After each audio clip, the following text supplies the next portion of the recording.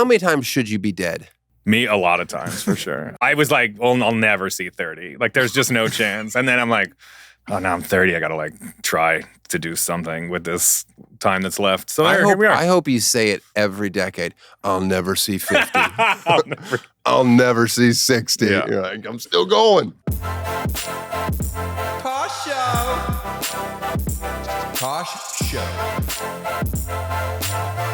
Tosh Show for show. Hey, y'all, it's me, Daniel Tosh, and welcome to the Queer Country Hour, where every week we take country music and flip it.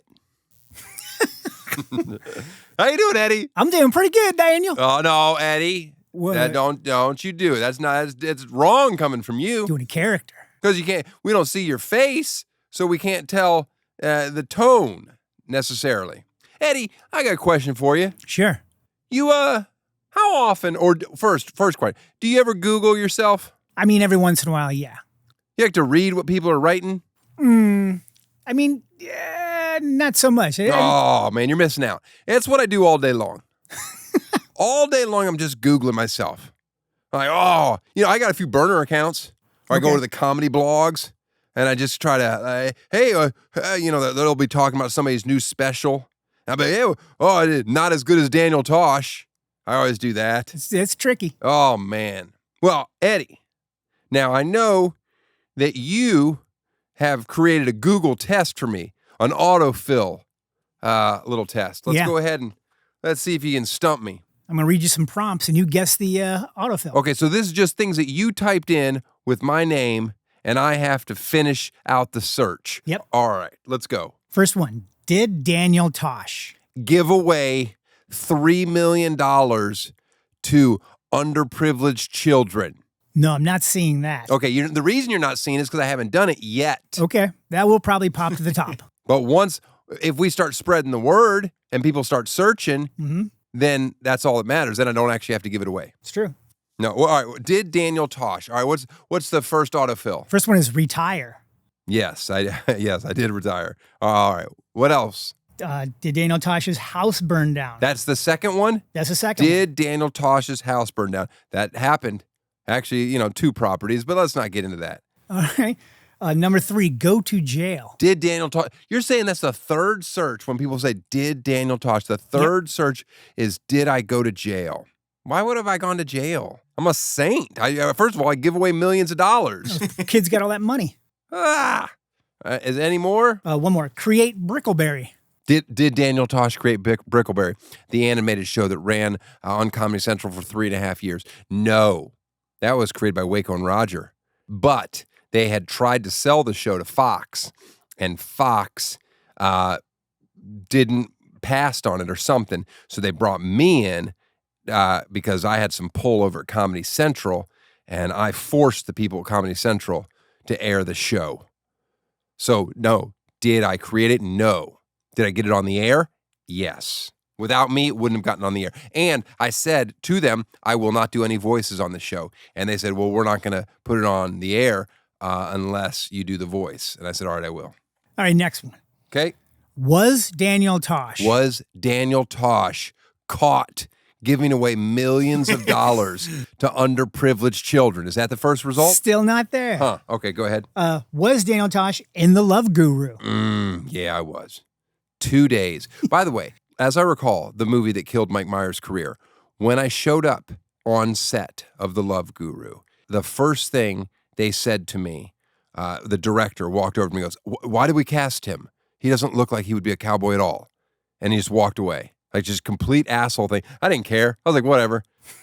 That was nice. I also would like to point out my manager, Chrissy Smith, how horribly she dropped the ball. She sent me the script and said, they were doing a bunch of comics in this movie and they wanted you to be in it. And I said, I read it. It's awful. And she says, no, you don't get it. Mike Myers, it's Austin Powers, it's Shrek, blah, blah, all his movies work. And I was like, whatever, this is horrible. So it's good to know that my instinct was that it was horrible. And then I still did it. I hope that doesn't burn any bridges for me in future work. Anyway. Was Daniel Tosh in The Love Guru? That's the number 1 result. Yeah. Okay. Number 2, married. Was I married? No, I'm still married. I've only been married once. I got engaged twice, but I'm not going to talk about my first engagement that happened, 30 years ago. All right, I'll tell you about it. It's a depressing story. Was Daniel Tosh in a Taco Bell commercial? Campaign. I was like Pete Davidson before Pete Davidson, Used to bang all the hotties, then sell tacos. Taco Bell, I'm going to tell you the real story on Taco Bell. So I did an appearance on The Late Show with David Letterman, and his company, Worldwide Pants, gave me a development deal. This is in 2001. Taco Bell had me as their spokesperson. I replaced the Chihuahua. The campaign didn't do that well. They paid me around $500,000. Every day I shot a commercial, I think they had me for 6 hours, and then after 6 hours, they had to pay me like $30,000 for every hour past that. And the very first day we started to go over the shoot, and they came to me and said, hey, can you turn a blind eye and let us not pay this penalty? And I was like, I guess. I was new to the business. I was like, yeah. Day 2, they tried it again. I said, no, I don't think so. And we went 3 hours over, and I was watching a Dolphins game, like in a hotel room, getting paid $30,000 an hour to watch my Dolphins lose. Best game I think I've ever watched today. Yeah. Some of the commercials didn't even air. Like, I shot a bunch, and some of them didn't air. Whatever. Was Daniel Tosh on Seinfeld? Uh-oh. The number 5 result. Was Daniel Tosh born in Germany? Yep. I was born in Germany. Why would you search, was Daniel Tosh born in Germany? Why wouldn't you just like, where was Daniel Tosh born? Yeah, whatever.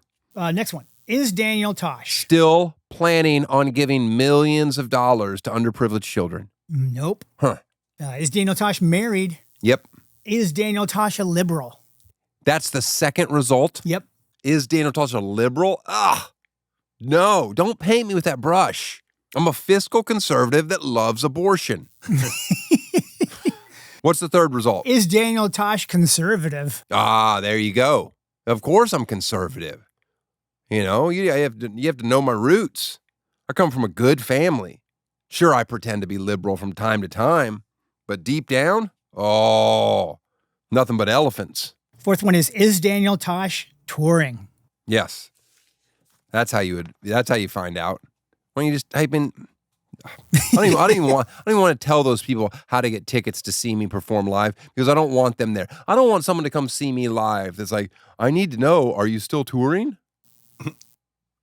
All right, this is boring. I got the last one.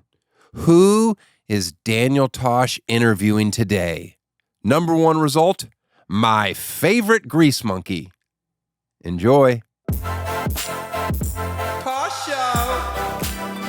My guest today came here on his own, down the only road he's ever known, the PCH. Like the drifter that he was born to walk alone, even though he has 3 children. But he's made up his mind, and he's not wasting no more time. Please welcome drift racer mechanic, the former host of Hot Rod Garage, Tony. Holy cow. Hey. All that because the word drifter was in it. You don't have a lot to choose from when you're going drifting.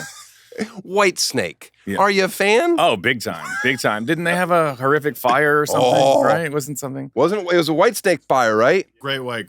That was Great White. Yeah, it was Great White. That's fine. Fuck those guys. Do you believe in ghosts? No. Maybe? I don't know.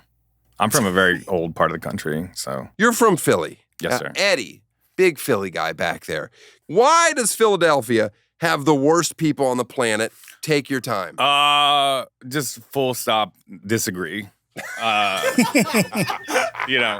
think they get a bad rap. I think that it's the complete opposite of the West Coast. When I lived here for 9 years or so, I had the worst culture shock. You could have dropped me in like Nairobi and I probably would have gotten along better. My brain didn't work here because people here, I feel like, are kind of nice to your face and sort of manipulative and sort of rough and mean, like not to your face. And Philadelphia's the opposite. Philadelphia, I believe people are rough and rugged and can be a little bit nasty, but they're all trying to be good people, if that makes sense. All right, let me stop you right there. Yeah. I have personally heard that about the fake niceness of Los Angeles my whole life. Yeah. And here's what I say to that. Yeah. Good. You mean you're nice to my face? That's when I want you to be nice. That's fair. Yeah. As opposed to aggressive. Like, I'd much rather somebody just say, hey, how's it going? And then walk away and then tell their significant other, I think he's a piece of shit. That doesn't affect me. Yeah. You're gone. That's fair. That's where I stand. Were you always interested in cars as a kid? Pretty much, yeah. I liked cars, but I never learned how to work on them. It's my father's fault. But I had go-karts. Oh, cool. You know, I had a Honda Civic. That's right in line. That's in the world. An SI. Oh, that's hot. Yeah. That's a piece of hardware right there. Please explain how professional drift racing even works for those of us who just learned while reading this question that professional drift racing was even a thing. Yeah, it's basically a cool contest in your car. It's not necessarily a race for time, It's though. absolutely not a race for time. The cars are incredibly fast. They're making usually 1,000 horsepower. But the idea is there's 3 major components. It's like, style, line, and angle. Style is like how impactful it is visually, how over the top it looks. Line is like the judges. There's a panel of judges. It's judged. It's judged, yeah. Oh, it's tough. tough. You're not wrong. It's tough because everyone is incredibly good now, and the difference between winning and losing is really hard to Right, decipher. and people like myself, if we're watching it, I'm not going to know the difference between why a judge scored blank versus blank. Exactly. So they'll tell you where to be on the course, and then they'll judge you on how well you did with that, and then angle is like how much the car is sideways. But it's all judged, and I think that's one of the limiting factors. It's really hard for the layman to walk up and go, that was better than that. When's it going to get in the Olympics? I don't know. Oh, I if don't we could know. get it in That'd 2028 be good. in LA. Yeah. Since drift racing, professional drift racing was geared toward judges, did you try to be extra reckless for the judges? Or Oh, yeah, absolutely. Especially, American style is like super over the top, smoky, reckless. The judge should go, when you throw it into that first turn, there should be like, is he going to make it moment. always rear wheel drive or all wheel drive? Rear wheel drive always. You didn't think I was going to ask that, did you? No. Well, I know how to peel out. Yeah, of course. I got an E30. Yeah, you do. Oh, A good car. that's a good car. That's a good car. Man, all right. Was it drifting invented in I'm just going to say Japan? Yeah, Japan. It was? Technically, it yeah. seems Asian. I mean, a million, boomers want to tell you like, we did it in our pickup trucks and on dirt roads where I'm from. And we're like, yes. The difference is that these guys kind of like really focused on sliding around on back mountain roads in Japan. Everyone in America grew up going straight drag racing. Japan has tons of turns and mountain roads, and their cars are smaller. They handle better. So what they tried to do was just start racing up and down the mountain, and people would gather and watch. And they realized that if they like hung the tail out, they get a big response from the crowd. People would hoot and holler and get stoked on it. So then they were like, well, fuck trying to go fast. Let's just slide these things around. And it became sort of like an instant, like intense subculture of racing, like amateur stuff, illegal at night in the mountains of Japan. And one of the dudes, this guy, Keiichi Tsuchiya, evolved and developed into a real racing driver. And he was racing a Corolla, which is a little rear-wheel drive 80s sport car. It's not a regular Corolla by any means. Anyway, he was out in a field of other Corollas racing in a very serious race, and he doesn't have the car. It was not fast. It wasn't competitive at all. And he decided to just start hanging it out in the turns, and people went insane. And they were like, what is this? And he's like, this is what we do where I'm from in the mountains. And then after that, immediately, all the Japanese magazines picked up on it. They started having these little Ikaten events and these little drifting specific events. And that was it. That was probably, I think, early 90s. They brought a couple things over to the States in the late 90s. And then a few years later, we sort of started the first. When was the first time you actually were in a drift race? How old were you? I was probably 22. What year? The early thousands. Mhm. Yeah. How old were you when you responded to the Craigslist ad that John and Dylan were looking for a roommate? 28, I think. John and Dylan, they run this show. Dylan usually fucks it up. You guys all live together, like 16 of you. Yeah, basically, I was leaving a total disaster. I'd moved to LA, and when I started racing, we like lived in garages and got our girlfriends to pay rent if that was like a good year for you or something. And then you wind up back in the garage because it didn't work out. And so I lived in this house in La Cañada. Nothing worked in the house. Like you turn the faucet on, it went into the dirt below the room somehow. It was a mess. It was a disaster. One or two guys lived in the garage. We're just building drift cars and living like wild squirrels, more or less. And that eventually got shut down because they were going to develop the land. And I needed a place to live. And I just found a Craigslist ad. I don't even remember what it said, but it was like, oh, we're in mid-city. We're looking for a roommate. There's like a little cubby hole in our attic. We're trying to get a couple $100 rent for it. And I was like, really needed a place to go. So met with those guys, Dylan and John. It was like a fleet of them. There were so many people. They did a thing where I've never seen in my life So the average Los Angeles dream is like you get off the proverbial bus with your $300 and a twinkle in your eye. These dudes brought everyone they'd ever met. It was like their childhood best friends and guys they knew from college. There was like 14 of them. So they had this like whole like little mini society, and they put a little panel together to see if I could go live there. I think John was a resounding yes right off the bat. He told me later. Oh, he couldn't be more excited that you're here. He's just all week. Oh man, I can't wait for Tony. You'll never meet someone more interesting. And I'm like, fuck Tony, is what I started saying toward the end of the week. Yeah. Were you a professional drift racer before you moved in with them? Yes. Yeah, so that lets you know all you need to know about how much money yes. is in professional drift racing. That's true, especially then. We were like 4 years into having an American Pro Series at that point. The only thing I was good at was like building the car and driving it. The business side, we just came from like being regular kids who were interested in this random thing to being like, go run a like a racing program and get sponsors. And we were just excited. Anything we thought early on in drifting, we were like, we're going to be pro drifters. And then we're basically in like the early days of like what's going to be the new, Formula One. Like we were like, there's no limit to how big this is going to get. We're going to be household names, or like it's going to help grow the sport. And it's grown, slow, steady growth over however many years, but we were definitely pumped. You had the mindset of being on the ground floor that I'm going to be a part of greatness. When I was a kid, I one time was like, I'm going to start playing paddleball, on the beach where you just hit the ball back and forth. I was like, I'm going to take that to the next level and make it a professional sport. And I was into it for like 3 weeks, I think. And I was like, this is fucking stupid. But pickleball is that's like one shade off of pickleball. I know. I didn't have the foresight to stick it out. What's the highest you were ever ranked at the end of a season? You call it a season in drift? Yeah. At the end of the season. Probably in the high teens. And how many racers are there? When I was racing, there would be like usually 70 or 80 licensed racers. All right, so you made it to the high teens. Yeah, we did pretty well. That's exciting. You were 15th best in the world at something. Pretty close, I would think, at some point. Like, that's so impressive. I mean, people always think like you have to be number one and stuff to impress me. No. High 15 teens will get you there. High teens and I'm impressed. Yeah, cool. What sets the number one drift guy apart from number 15? Consistency, usually having a really good car. It's a tough sport if you don't have as much car as you need. Talk about the finances between number 1 and number 15. I stopped drift racing in 2015 or so. Okay. But basically, cars are $400,000, $500,000, and then it takes about that much to run them, like in a number one kind of team. How many tires you go through? Hundreds a year, for sure. Hundreds a year? Yeah. You rotate them? Not really, no. No, you don't. You get about 2,000 feet out of a set of rear tires. You change your own oil in all your cars? Me? Not all the time. No. You ever drop your car off to get serviced? Stuff we don't want to do. Yeah, I have a buddy who has a shop right in town, and I'm like, do this thing I don't feel like doing or have time to do. Be honest. What effect did the Fast and the Furious Tokyo Drift have on you being interested in this career? Oh, I was way pre-Tokyo Drift. One of my cars is in Tokyo Drift.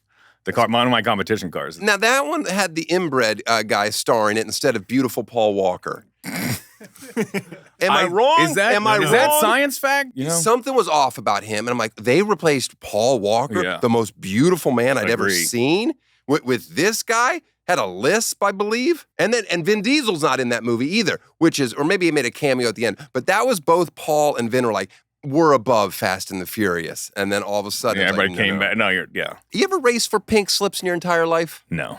Looks fun, though. You have a dumb NOS button in your car? No. You've never had one? I've had nitrous on cars, but we have it run in a very sophisticated way where the computer says, oh, there's this much throttle and you're at this much boost level, turn the nitrous on, kind of thing. See, because what I've always learned is you should press it second. Yes. You don't want to do it too early, right? That's the thing. If I've learned anything, where are you at on EVs drifting? I don't mind EVs nearly as much as a lot of people in the aftermarket automotive racing community do. Are they too heavy to drift? They're just boring. I mean, they are not too heavy to drift. They did have Chevy had an electric Camaro a couple years ago. They couldn't really dial it in. But it's definitely a challenge. I don't think you should have them in the same class or together or anything like that. Uh-huh. It's kind of like transgender. I'm not answering whatever comes out of your mouth next. By the way, what do you guys think of street takeovers? Oh, hate them. I mean, it's just a disaster waiting to happen. Let me tell you something. Yeah. I'm driving down the PCH with my brand new firstborn son. My wife is driving. Okay? Yeah. So you should triple hate it now. Okay? I'm not one of these guys that's so progressive that when my wife gets in the driver's seat, I don't immediately go, oh, fuck. Yeah. I do. I'm like, God damn it. Today's the day. Like, anyway, so she's driving. All of a sudden, we're on the PCH right in front of Neptune's Net, which so we're almost leaving LA County, getting into Ventura County. And I go, hit the brakes, honey. And kids just start running into the street, stop both lanes of the PCH highway. Yeah. Both lanes. And so we're the front car. You got the best seat in the house. Okay. Okay. But I'm a newborn dad, so I'm a little bit nervous. Pretty amped up. And Yeah. I've got her behind the wheel of a G-Wagon, so I'm just waiting for her to mow people over.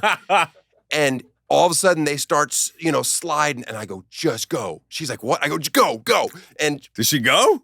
to the right, off-road. There's a truck. This thing Yeah. can do anything. Do whatever. Get off the road. I don't want them to swipe us. That was Yeah. my thing. Anyway, that was the closest I've ever been. I was so nervous. So full circle, Neptune's Net is like heavily featured in the Fast and Furious, and that's why they did it there. Oh, they wanted to recreate it? It's like it's like a pilgrimage you make if you come to the West Coast with cars. So people are always goofing around. There's always dudes on Harleys ripping wheelies right there. And I'm going to give you one more Yeah. full circle Fast and the Furious moment. And it's almost sounds like I'm making this up. Years later, I'm in an electric Rivian with my son, and we pull up to the light at Pepperdine on PCH Yeah. next to a Ferrari with a hot chick in the passenger seat, just like that scene Yeah. where Paul and Vin were like, he doesn't know what's in this Honda Civic. We got 100,000 under the hood, whatever he says. I remember the movie. Okay. And I go, little. I tell my son, Yeah. I go, buddy, this is not right, but we've got to race this fucker. like, listen, you don't know, but there's history here. We have Yeah. we're reliving a scene now. Yeah. If Paul Walker was alive and he saw a pickup truck doing 0 to 60 in under 3 seconds, Yeah. he would lose his mind. That's true. So we did it. You did? You smoked that Ferrari? Oh, no, we didn't smoke them. Okay. No, we didn't smoke them. Okay. But we were next Right to there. him Yeah. Yeah. for the first 60, and then I said, that's it. That's all we raced. We raced Yeah. to 60, Yeah. and that's it. Like a responsible dad. God damn it.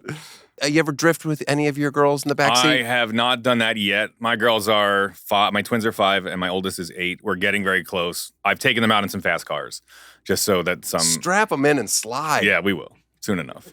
John told me he went with you to Brazil. Is that where you said, John? No, Panama. yeah. Went to Panama. And then he's like, this was back when you were racing. Mhm. And he says, like, you guys were like the Beatles. And I'm like, were they? Were they really like the Beatles? I mean, could you walk down the street and actually be recognized by people? Not really. You know, it's such a focused little community, especially drifting stuff. But in the community, oh, for sure. it was fun. Yeah, super fun. Were you a monster?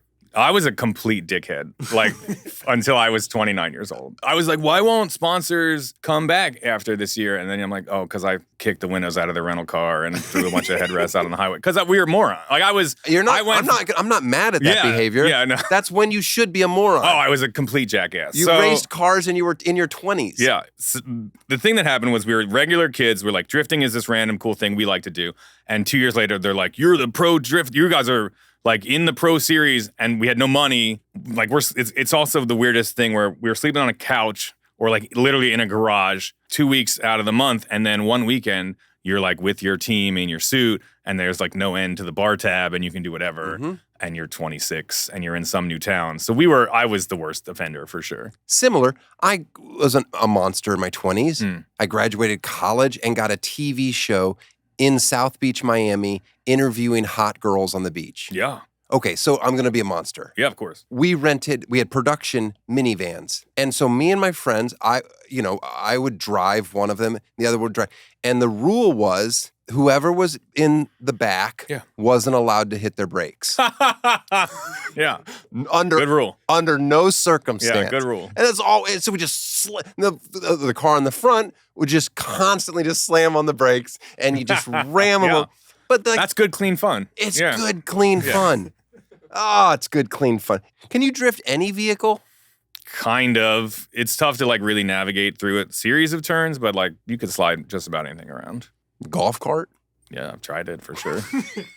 Have you tried it on a real golf course? Yeah, When for it's sure. slicked? Yeah, Oh, they'll go. Yeah. they'll go. Once it's wet, all bets are off. Absolutely. Do you know that more people die in golf carts at racetracks than racing cars? No. Yeah, isn't that wild? Well, I'm They're guessing wicked dangerous. I'm guessing there's way more people in golf carts than there are racing cars. Maybe. Yeah, you ever been seriously injured in an accident? Nothing terrible. I've crashed a lot of cars. I've only flipped one. How many rolls did you do? Just one. Just a Just a flop. half Just roll? a flop, yeah. It's not even a full roll. I know. Have you ever seen a car just plow into Oh, a yeah. group of people? Not a people, no, not a group of people. What about you ever hang your edge too close to a cliff, like on Mulholland up there or something? I did. I put a tire off on Pikes Peak in Colorado. Mm-hmm. One time I took my father-in-law. I said, hey, you want to go we were in Tahoe. There's a church parking lot nearby, and it was fresh snow. I go, you want to go do donuts? And he goes, he's from Florida. He goes, I've never done a donut before. And I said, watch this. And we went over there, and we started spinning donuts. And as soon as we pulled out and left, he goes, that was very enjoyable. He sounds great. You ever raced in snow? Yeah, a little bit. What's that like? I've done ice drag racing in Wisconsin. That was incredible on like a frozen lake. Mm-hmm. This is like very low buck, like DIY vibes. They just wanted to keep racing, and they have like 3 months out of the year there's no snow on the ground. So they just took their cars, they ran 1 million drywall screws through the tires and seal them up, and they race them straight on a frozen lake, and they hook up super hard. Like they accelerate as hard as they basically normally would. Uh-huh. You can't steer them because the fronts don't have studs in them. And you just hold on and hope for the best. And it's wicked fun. That was super fun. You ever consider doing the cannonball run? Not really. The cannonball stuff I think is super reckless. I don't, I'm a Yeah, but did you grown hear man. that all the records were shattered? Yo, the during COVID, year? yeah, they just like imagine this is how obsessed and singular vision car dudes are. The world is falling apart. Mm-hmm. There's so much uncertainty. Can we get toilet paper? Is the water going to keep running? Are billions of people going to die? Early days, we had no. of It was bedlam. This guy's out there tuning up his radar detector. He's filling the gas up. It's like, I'm going to show those idiots. Oh, and then they're trying to avoid it, say it doesn't count Yeah. because it was COVID and people weren't supposed to be on the freeways. But he did. They destroyed the records. Yeah. All right. After retiring from drifting, you hosted a show on Motor Trend called Hot Rod Garage, where you brought old beaters back to life. What was it like transitioning to on camera? I'd read this article that was written, I thought was really interesting. It said, this is like 2010. It was like Ken Block, Danica Patrick, and Dale Earnhardt Jr. are America's like most popular racing drivers, and they don't win shit. And it was like, oh, that's because they're doing so much outside of this. They're on camera. They're doing these like groundbreaking YouTube videos, like all this stuff. One of them was a hot girl. One of them is a hot girl. So yeah, I was like, I want to focus. Like, I think video is my next step. I grew up doing hot rods before drifting. So I did kind of have the chops and knew what I was talking about, but it's definitely a moment of like, who is this import idiot dude who we've only ever seen drive Mazdas and Toyotas now telling me what to do with my old Chevy. But after about a year, a couple things fell into place and we started kind of taking off. And those diehard loyal fans are just so opinionated. Oh yeah, big time. Big time. Now, would you rather push a Ford than drive a Chevy? No, probably not. Okay. No. You hosted the show for 6 seasons. Mm-hmm. Did Chris McCarthy fire you and destroy hundreds of families that depended on your show to continue for 5 more seasons because you had a contract and you had just signed it? That's about my show. Oh, I get it. Yeah, no, that didn't happen. I just left my show because I want to be home more. Good for you. Yeah, thanks. You did 6 seasons. How many episodes did you do? We would do, I think I did 95 or something. How many cars did you build there? A lot. We'd build 5 cars a year or something. Did you actually do the build, or was like once the cameras cut, did you guys bring in the crew from? No, it was just us. So it was me and my buddy Lucky who became the co-host. He was originally a little bit off-camera wrench guy, and I'd kind of got hired on to do this show with David Freiberger. He hosts Roadkill, their biggest sort of show at the time. David just like went off and did another thing, and they're like, "Well, you're just going to do it by yourself," and it's pretty tough to. I don't know if you've ever hosted a show by yourself. It's pretty hard. So I tried doing that for like a season. It was kind of wonky. And then we're like, well, Lucky's here and he's this old smart ass, kind of like grizzled, awesome dude who's working on the cars anyway. Like, let's just bring him in. And people really responded to it. So after, 5 years or so, we'd really built something pretty cool. And it was just us doing the car stuff. And then you just walked away from it and he said, I'm going to do the exact same show, but slightly different on YouTube. Yeah, sort of. I know. Yeah. It seems like a genius move. Right? Yeah. When I was at Hot Rod Garage, I was picking out the cars that I decided what projects we would do. I'd write all the outlines. I would get all the parts either ordered or be like, make the list of the parts ordered. We'd shoot the show, I'd host it, and then I was involved in editing. I would go through the cuts. So I'm like, you guys taught me how to do all this stuff. I'm just going to go do it over here. I never learned how to do any of that stuff, but I said, why not, instead of paying 50 people to do the show, why don't I just pick 3 of the people that can do most of it? Yeah. And then Dylan. And Dylan too. That's good. And let's make a run at it. Where are you at on Exhibit? You ever met him? Never. Did you enjoy Pimp My Ride? Oh, yeah. It's like just such a realistic, incredible way to modify cars. I just felt like I would be furious if that's what they did to my car. I agree. And you know that even if you weren't, 3 weeks later, all that stuff's falling apart. There's no way you can put TVs inside the spokes of your wheels and then like have a car that works. The time crunch. It was all kids. It was like, hey kid, does your car suck? Well, now it sucks with an aquarium in it. Like, yeah. And he's like, but I just want to get to college. Yeah, but you have an aquarium in your car. That's pretty fucking cool. What's the build you're most proud of that you've ever done? Probably my kids. I feel like.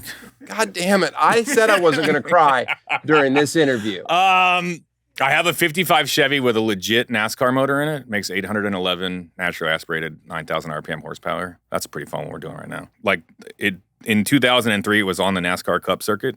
So they gave me all the history of it. Like Jimmy Johnson had a couple top 10 finishes in it. And I'm just tooling it around back roads in Pennsylvania. You sell all your, are you allowed to? Yeah. I mean, I own all the stuff now. So we can sell, we have a disclaimer you have to sign. That says you will die in this? You will definitely die in this if you do anything stupid. What's the most money you've put into a car before? Well, I still have my Pro Drift car. That might be $200,000 or so. Uh-huh. Oh, man. In time and, parts. Yo, time. I'd love to see that line item. Yeah, a couple thousand hours. Does it infuriate you when people refer to themselves as tinkerers when talking about cars? Tinker. I'm just a tinker. Yeah, that sounds like you should maybe have to stay 500 feet from a school or something. It's not a good look. It is a gross word. It's like trousers or squirrel or something. It's not. Well, why squirrel get It's the word squirrel. It's just a bad sound. Oh, yeah. How many cars have you had in your life? Oh, probably 130. That's awesome. Maybe. I think I have 20 now. Where do you garage all these things? Well, so I'm back in Pennsylvania, full-time YouTube show, my Stay Tuned show, and we're working on 1 or 2, maybe 3 at a time. So I rent like a warehouse besides that. Dominic Toretto once said, without family, you've got nothing. Talk about leaving your show in LA and moving back to Pennsylvania to live next to your ex-wife and kids because of one Vin Diesel quote. I think he hit it right on the head. Vin is a modern prophet. And he's dead on. It's, family is everything. And, you can't get disrespected in front of your family either. That's another thing. Is he big on that too? Yeah, that's the other guy. But basically, yeah, it's the best. I live like 4 miles away and I see my kids constantly. It's awesome. I have them a ton and I feel like I'm very involved and my Stay Tuned YouTube channel has been like growing and growing. So it feels like I kind of did a pretty decent thing. Now, you miss LA at all? A little bit here and there. It was, it's LA. It's fun, but it's tough to get around and it's tough to be here. And, we wanted to be back home by family to help with the kids and stuff. Sure. Now you're forced to, though. Oh, yeah. You got no choice for That's it. How many more years? 12? Yeah, more. You live on an apple farm in Pennsylvania. What type of apples are your favorite? I bought recently pretty close to my ex so I could be close to the girls. It's not a farm. It's a little farmlet, we'll call it. Okay. It's smallish. But yeah, I have an orchard with the apples. We're new to this whole thing. Do you know what your favorite apple is? I'm a Honeycrisp. Honeycrisp. But those feel like they were made in space, right? Like nothing grows out of the ground that tastes that sugary and that good. You made a pie yet with your apples? Not yet. No, we're just getting to our first apple season. When's apple season? Fall. Mm-hmm. I knew that. Pears are rocking now, though. Pears are now? Yeah, I'll send you some pears. I don't want them. Okay. You know how long pears are good for? Like 6 minutes. Yeah. It's like, good God, to get a good pear, you're like, oh, that was good. Now, by the end of it, the next like, one, not it good. just melts in your hand. Yeah, it's true. Mm-hmm. Talk a little about your time doing stunt work in LA. Just when I decided I was done with drift racing, we'd had like that crazy polar vortex over like 2 summers. It was miserable winters in Philly.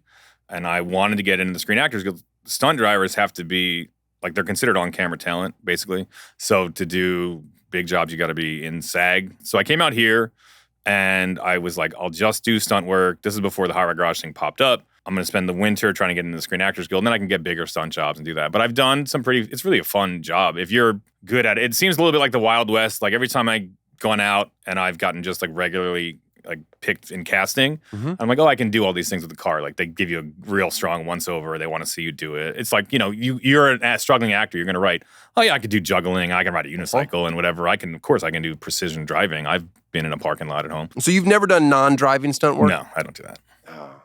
I've got buddies that do it. That are like, oh, I'm going to just jump out of this building on fire. And I'm like, good luck with that. Well, have you been in cars where they want them on fire? I haven't. Okay. But most of the stuff I've done has been sort of centered around racing or sliding cars around.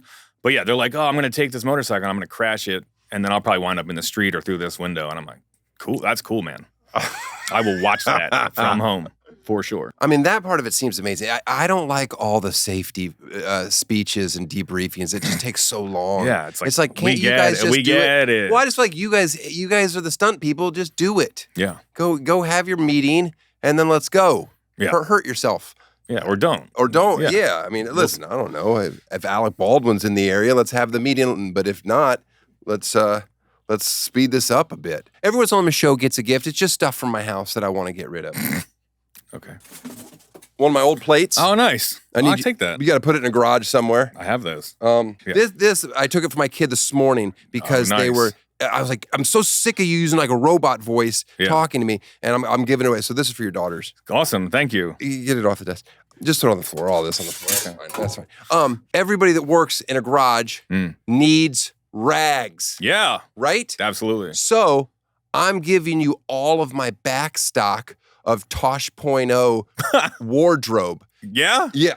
So you'll have. Oh my God. You're gonna have thousands and thousands of T-shirts. Oh. Everything that was Tosh.0. Oh, this is awesome. But now they're rags. Because I think what better home than all my old Tosh.0 stuff. I'll just make Stone wear these in the background. You give them to workers. Yeah. You give them free shirts. I love it. Oh, it's gonna be the best. Thank you. We took a plane here, so this is super convenient. No, I'll ship it for you. Good. I'll ship it for you. Yeah. And then I have one more gift for you that I just know that you're gonna appreciate. A project. Yes. Don't you love a project? Yeah, it's kind of my thing. Okay, I have a 1969 or 1970 Subaru Sambar 360 van. I don't know if you're familiar with the van. Yeah, a little bit. I've heard about this a little bit. The first thing I want you to do is figure out what year it is. Okay. I don't know how to do stuff. Is it like written on there somewhere? Is there like a number on it? On the car? Usually, yeah. Yeah. So let's find out what year it is. The reason I liked it is because it's it's so tiny. Oh, wow. Yeah, that is incredible. That's a whole car right there. Right? But it comes up to your nipples. It's very little. You can say chest, I but mean, sure. you have a high nipple, maybe. I don't know. Very high nipples. So I got that it was a display in like a dealership in Utah or something like that. It doesn't have brakes right now. It's an e-brake. I think the engine can run. Now, can you fix a micro car like that? Probably. Because here, I'm going to tell you what I want to use it for. I want to make it a volunteer school bus in my neighborhood for some of the elementary kids. I don't think that's a thing. No. It is. I'm just going to pick up I'm just going to take my son and his friends. Okay, sure. Just to kindergarten. With the parents' consent. Yes. Oh, got it. Oh, for sure. Well, I'm going to let them know the brakes work. Yeah. I'm going to say Tony took care of the brakes. There's nothing on the line with this project. There's one big hill that it goes down every day, so I will need the brakes to work. Okay. But I also don't want it to be, I don't want a fucking aquarium in it. Yeah. Don't surprise me. That's all we do is aquariums. Don't surprise me with an aquarium. Okay. No, but can you do an episode on stay tuned on this car potentially? We can do that, absolutely. To be clear, I've never worked on a classic Subaru, so let's give it a crack. I don't mind paying anything that you tell me to pay, as long as you promise that you're not fucking me over. Deal. That's a deal. That's literally, if I could just have that assurance, like I know it with you is fine. In that business, in this world, that's the problem. Yeah, it's a little murky. By the way, should the back wheels be like this? I don't know yet. Probably not. We'll look at it. I think with micro cars like those BMW Isettas, yeah.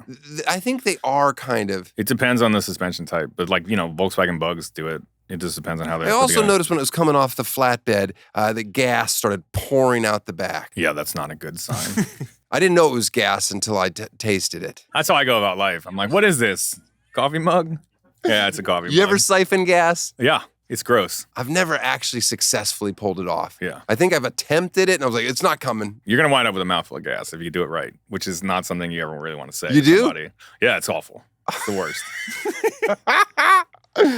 Here's something I'll be honest about. It's always funny when you talk to like a car person.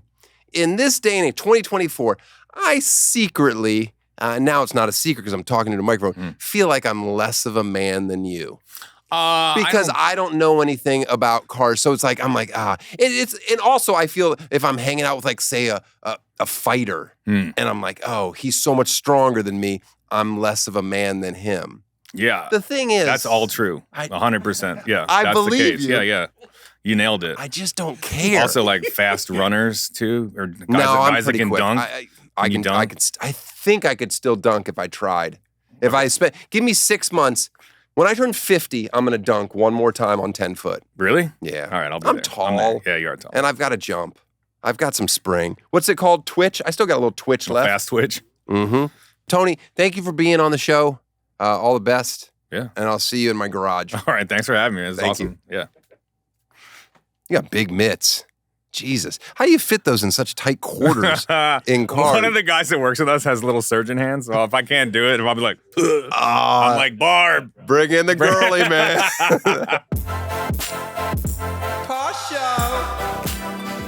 I want to thank Tony for being a guest on the show, and I also want to thank him for taking my broken 360 Subaru. He took it from this interview around 1 o'clock in the afternoon. By 2:30, here it is, up on a lift. 6 hours later, he's driving it. Now, in this video, I would like to point out that I don't see him stop. And that was the biggest issue. There were no brakes whatsoever in that van. So I'm hoping he either ran out of gas or he fixed the brakes. But that was really nice of him. Him and Lucky. Tony and Lucky, you just go over there to their YouTube channel, and I'm sure they'll fix your car. Just, you know what? Just drop your car off. You find Tony, you go to his apple orchard, you drop off your car, leave the keys in it, and a note, what he needs to do. You don't even need the note. He'll figure it out. Guy can do anything. Jeez, such a man. I got some plugs. boyswearpink.com. We got to start selling more of that stuff. We got to get rid of it. Okay? It's filling up my basement. EddieGossling.com. Check out his tour dates. Check out my tour. Come see us in New Orleans. Come see us in Hawaii. We got to bring one of our fans with us to Hawaii. What do you think, Carl? You ready for the best segment? You know what it's called. Ready? That catchy title? Free plug. Hit the free plug music. Woo! We finally got music. You know what we need? A sponsor for the free plug. You know, then it would pay for itself. That doesn't make any sense. All right. This week's free plug, October 12th, the town of Pilsen, Kansas. Population, wait for it, 62. That seems like a sad job having to adjust that number occasionally. They're celebrating 150 years. They got their anniversary coming up. They got a full day of activities planned. For the kids, there's going to be a bounce house, sack race, cornhole, and face painting. The whole family can participate in the parade. They got a tractor pull and a trap shoot. They got polka dance featuring the Mark Valdell Orchestra. Oh, that's who you want. You know, spend the money, get Mark Valdell's orchestra there. Man, that's a hell of a schedule for such a small town. Probably be some visitors over from Marion County coming over to that. Maybe as far as Hillsboro. I don't know. Carl, you're not interested in this? I might be underselling it. I don't know. Okay, wait, the day kicks off at 8 a.m. It's going to be over on the former Ball Diamond. Is that just a baseball field? Yeah, the former baseball field. Oh, gee. Well, you guys know where it is, over in Pilsen, the old former Ball Diamond. Most of the day's events will be at the surrounding community center, which is the former Pilsen grade school. Everything is former. Oh, this is sad. As we all know, the school was closed. Oh, okay. The Pilsen kids now attend the Century School District. Oh, okay. All right. Anyway, I'm sorry I can't be there, but it sounds like a hoot. We'll see you guys next week. Tosh Show. Tosh Show. Tosh Show for show.